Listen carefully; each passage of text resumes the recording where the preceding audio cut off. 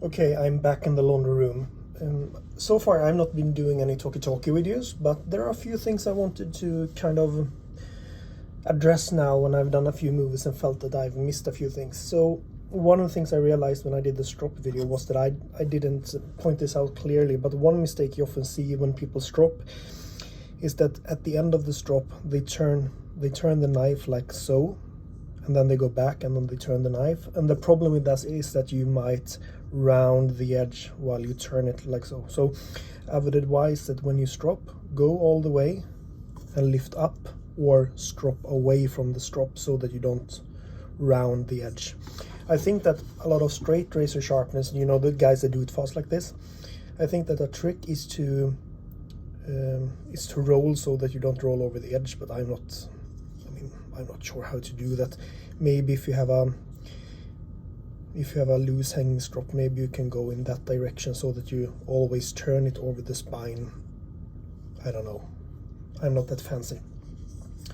A few have asked about the strop and how I did it. I mean, this is really ugly, but I don't care because it works. It's horse hide. I had to buy the hide from half a horse to get hold of it because you can't get it in Sweden. The board is a cheap one from the lumberyard. I think I bought a leftover piece. And the glue that I've been using is a construction glue because we already had it in the workshop at home. I don't think that the quality of glue is that important. You just don't want it to be spongy. The thing is that you have a lot of surface area and you're not applying any pulling forces, so you will not pull the leather off even if the glue is weak. And also I do it skin side up, that is the shiny side, and I sand it down to get a suede feel because I like it that way. Everyone likes it in different ways. A tip on a few good knives to start your sharpening on. I usually don't like to sharpen pocket knives, but for stropping I actually think it's easier with pocket knives because it's so easy to see when you have the right contact angle on the strop. So for stropping I could actually recommend to start with pocket knives because they are small and easy.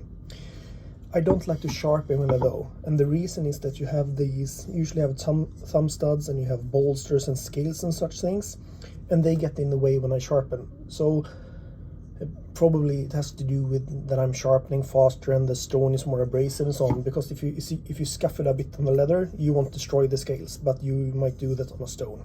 So I like pocket knives for stropping. For sharpening I usually like knives that are about this size in the beginning. This is 15 centimeters. Drawback of this one is that it's a bit too straight. When I sharpen, especially in the beginning, I can feel that straight knives are clunky to sharpen, almost like you're tilting from side to side. And knives that have a huge belly or a pronounced belly, they can be hard to keep the angle while you are turning to have good contact. So I think the easiest one, at least for me in the beginning, were knives about this size, about 15 centimeters, that had a slight curve all across the blade and not a too pronounced belly. So that is what I would recommend in knife type. It's also really good to have a knife without a bolster so that you don't have anything in the way here in the back. I've been sharpening quite a few different knives, and if I'm going to talk about cheap knives that are good to sharpen, I think that IKEA's knives have been good. Look at the one from the 365 Plus series that looks like a Global. I think it takes an edge really well, and I think it's the same steel in some of their cheaper knives, so that could be a good knife that you can ruin without breaking the bank.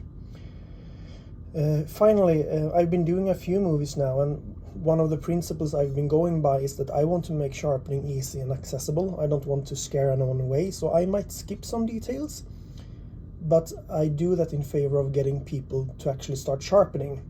So when I talk about how to strop, I give an instruction, but then I think about a few more things, but I think that those are things that will come in time if you just start practicing.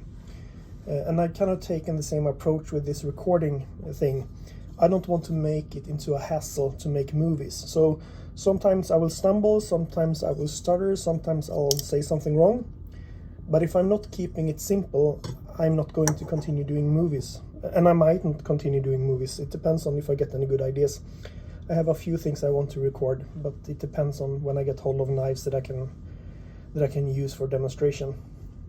So that was all I had to say for today. Have a good evening.